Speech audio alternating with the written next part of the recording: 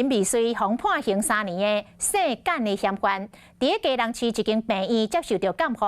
19号为病院逃走，因为伊有攻击性，所以引起到民众的惊恐。警方来证实，讲这个嫌犯老早伫咧19号就已经走到台北市，一路经过台北车头、西门町，最后是出现伫咧艋舺龙山寺。讲可能是这个嫌犯知影龙山寺的附近定定有民众咧发放到免费的物资，才会走来这个所在。嫌犯伫咧台北市拍走，已经有4天的时间，嘛互家长真紧张。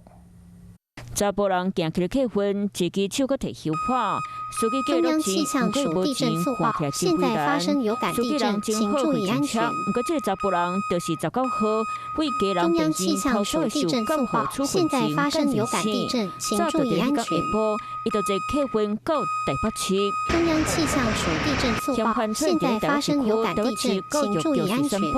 到22号透早暂停校园开放。中央气象署地震速报：现在发生有感地震，请注意安全。透早有伫咧运动的民众被走一撮，嘛有家长骂甲无力。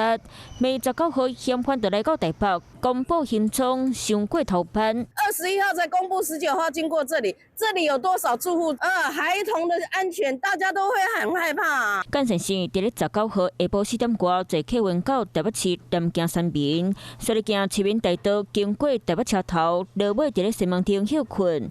这里下午5点外，红发现伫咧龙山寺附近。因为嫌犯有地缘关系，得知龙山寺附近经常会有善心人士发送免费便当，因此就在这附近出没，想要领取食物。那警察加强巡逻，当地民众大家都心惊胆吓，提高警觉，保护自己啦，做好保护自己。手拿的手机比较有警觉性。我想我们都有及时掌握，因为有2监视器的画面所以警方正在追缉。今日警察继续伫咧龙山寺艋舺公园一带巡逻，不过性干的嫌犯情绪不稳定，随时都有可能会甲人攻击。